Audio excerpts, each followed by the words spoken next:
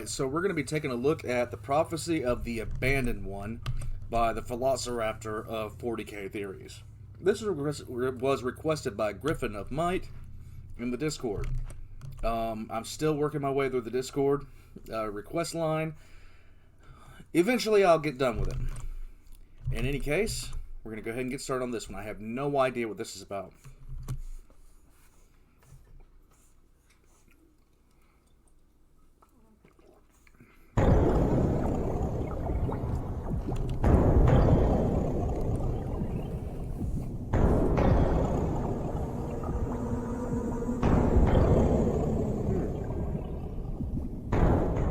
This morning I awoke to feel as though I had been asleep for an eternity, and yet still I can barely hold open my eyes.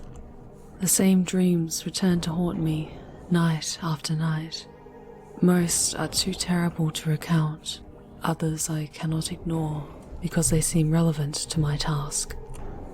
I find my mind wanders, and days pass without me being able to recall what I did with them. I wander the halls of the scriptorium, and the walls close in.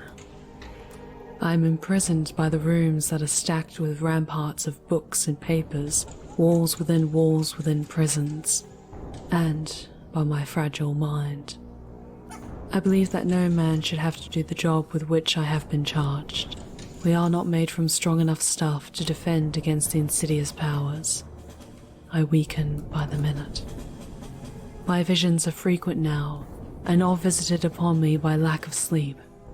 They seem so real, but when I try to remember them, I cannot focus, and my thoughts slide back to the task at hand, cataloguing the obscenity of the worship of the unnameable foe. I envy everyone else their station in life against that which I do. But I must remind myself that it is for the good of all mankind and the Empire that I attempt it. I must maintain my vigilance in my work and pray that whatever assails my mind and body allows me to complete it before I am lost. Sometimes I write for hours without respite. I write with conviction, but after I remember not where the thoughts came from, I read back over what I put to paper, and what I see frightens me to the pit of my soul. Much as it scares me to say this, I don't know what any of it means. A tear in the sky. So it will occur that the eye torn in the sky will weep blood, and the legions that dwell there in a state of constant warfare. There. Stop being mad, please. Will spill out, united under a single leader, and once again assail the bedrock of humankind.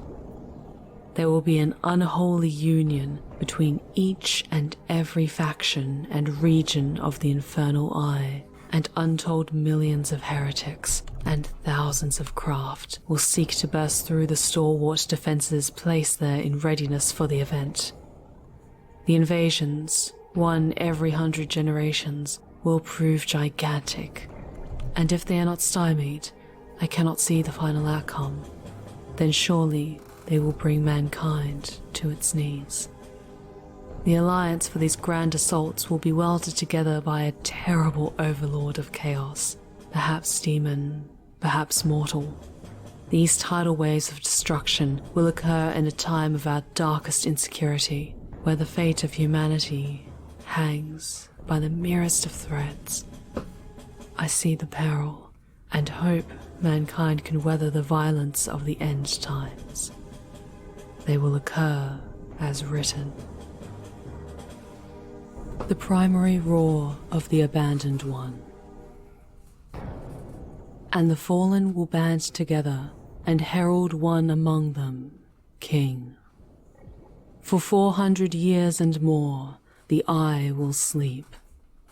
It will be assumed that those inside have torn themselves apart and left themselves as little more than barbarians, struggling and clawing at one another on those worlds upon which they have been stranded. These assumptions will be proved mistaken, and the price will be dear. The traitor legions will return, and at their head the Abandoned One will scream his bloody cry. He will lead the legions of black and rekindle ambitions to force the empire of mankind to bend knee before chaos. Why would Abaddon be considered the Abandoned One? I don't know that. There's got to be an explanation for it. And lament before his might. This invasion will demonstrate a little of the subtlety and malevolent brilliance that he will later show. But in this endeavor, he will learn much to aid him in future times. Toward the heart of humanity will his forces be driven, in the hopes to accomplish where his thrice-damned forebears have failed. Wherever the Crusade passes will be left burnt cinders and shattered husks, devoid of life forevermore. But, as they will do both before and after, and in a manner eerily reminiscent of the dark days, the guardians of the Imperium, priest of the machine, and giant warriors in gleaming armor who bring purity and death in equal measure. The chapters of the Astartes will march forth as one and turn the Abandoned One back, but not until a bitter struggle has been waged and one too close to the beating heart of mankind for fears ever to be assuaged. It will be on his excursion to the forbidden hills on Uralan that the Abandoned One will lay claim to the sword that imprisons the essence of Dracnian. Of how he obtained such an item, I cannot see. The Second Crusade of the Abandoned One. The eye will close on the King of Blood, and a fortress will rise to contain him. After dashing the assault on mankind's bastion of strength, he who sits on the golden throne will turn his efforts to contain the threat. The fortress of Cadium will be built, and savage lupine warriors will guard it, with many others whose names, in time, will be forgotten. The bastion will be considered insurmountable, and for a time will prove so. Other such places will be planned. The naval port of Bellis Corona and the castle of Nemesis Tessera will be the foundation blocks on which any other incursion from the terrible eye is to break like a wave. When these measures are completed, all will wait, with breath abated, to see how they will fare when the eye will once again open. They will wait nearly 300 years. But the Abandoned One will not falter yet. Indeed, his allies and sponsors will rally around him in ever greater numbers, and his second assault will be every bit as strong and direct as the first. This time, however, the defenders will bear the brunt prepared. Savage fighting and unholy slaughter will erupt at the moment the invasion storms the Cadian walls, and continue until its costly conclusion 5 years later. In the meantime, the evil forces, once to meet at Cadium, will spill out from either side and begin rampaging where they can. But the preparations will prove to be strong, and a new hope will burn in the hearts of men. The Abandoned One's hammer blow will ring hollow, and he will retreat back to smolder in ire. So basically this is just the prophecies of the Black Crusades. The host of Talamine. In the age of apostasy, the wolf warriors bay and howl. Talaman, prince among demon princes, will lead an attack, but the outcome is hazy and the events indistinct to me. The only thing I know with certainty is that the wolf warriors will play a large part in Talaman's destruction. Whether he will be eternally banished or will yet rise again, I cannot see. The Fourth Crusade of the Abandoned One and the devastation of El Fanor. In the Fourth Insurgence, the horror will be spliced with fire. And again his legions will sweep forth, possessed of a renewed fervor. Cadium's walls will be besieged, and the Blood King is to personally lead the fleet towards the Segmentum emptiness. But at El Fanor, the citadel of Cromark, the drive will halt, But the Abandoned One, terrible amidst his wrathful hordes, will lead the charge against the stolid walls. His warriors will fall like leaves, but the fortress will crumble and the defenders be consumed by his boundless appetite. The life and sanity of that beleaguered place is to be washed away in an orgy of annihilation. But these sinful excesses will prove his undoing, giving as they will men time to regroup and exact a well-planned revenge on the disarrayed forces of evil that infest the ruins of the once proud castle of Cromark. The Dark Ones will be shredded to rags by their own violent indulgence. The Tide of Blood. An ancient prince of Khorne named... This is genuinely creepy. Anyhow. Doombreed will sweep humanity's finest and purest to the brink of destruction. Few will fall if compared with other invasions, but the cost will be high indeed. His war will be nothing less than a declaration of war upon the Adeptus, staunchest of all the foes of chaos, and he will be defeated. But I lament the Warhawks and the Venerators, for they shall be lost. Black Crusades in the Age of Strife. And men will bare their breasts and invite destruction to take them. Apostasy will reign for many years, and the Eye will cast forth countless harbingers of death. I cannot guess at how many crusades will be launched during these dark days, but the Abandoned One will return. This I know. And men will grow mistrustful of each other, and cosmic forces of tremendous... That's always a great thing to be put on your desk. That is always a great thing to be put on your desk. Surprise. Power will isolate and disenfranchise our strongholds and citadels. And the ever-watchful dark will fall upon us in our weakness and seek to destroy us, and much ruin will be caused. But our end will not come here, not yet a while.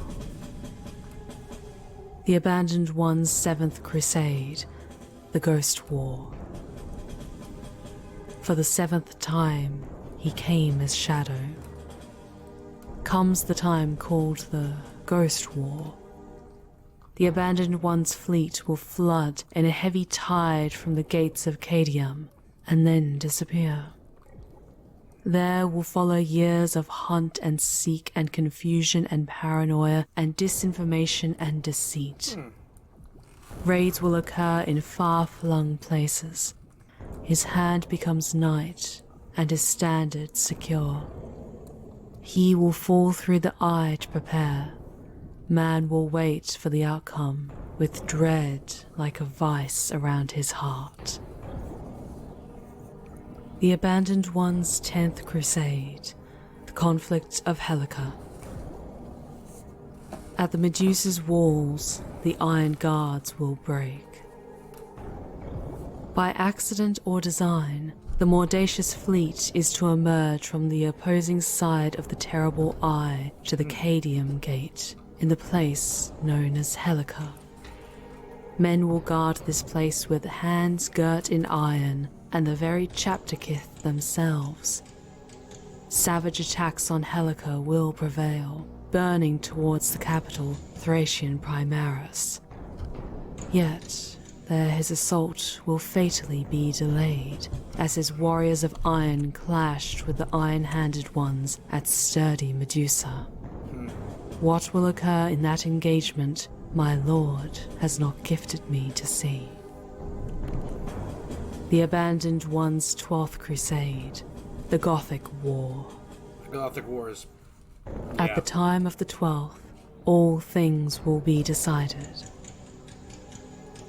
It is at this time that his great plans will seem at last to bear fruit.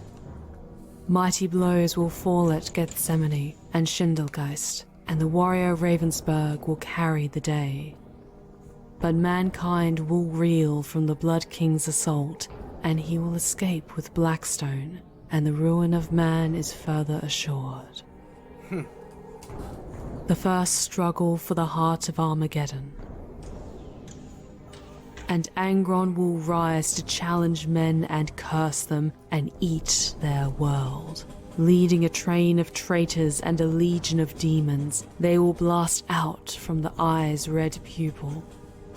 They will appear as if from nowhere in an ancient vessel of indescribable proportions at Armageddon that already falters from its own mischief. The land will be turned into a cauldron. But once again, the lupine warriors and knights in grey lead a sally to rout the deadly foe. Yeah, Angron just pretty much got dumped into the skies of Armageddon. And then pretty much just attacked it. I mean, there really wasn't much more than that to be said about the first true war of Armageddon. Angron was sitting around doing fuck all. Khorne got tired of him doing fuck all and then threw his ass, here's a ship, here's a Space Hulk, and then he flung the Space Hulk into orbit of Armageddon. Which, that's a bad sign. The mortal shell of Angron himself will be destroyed, and he will be cast back into the infernal realms. The 13th Crusade of the Abandoned One.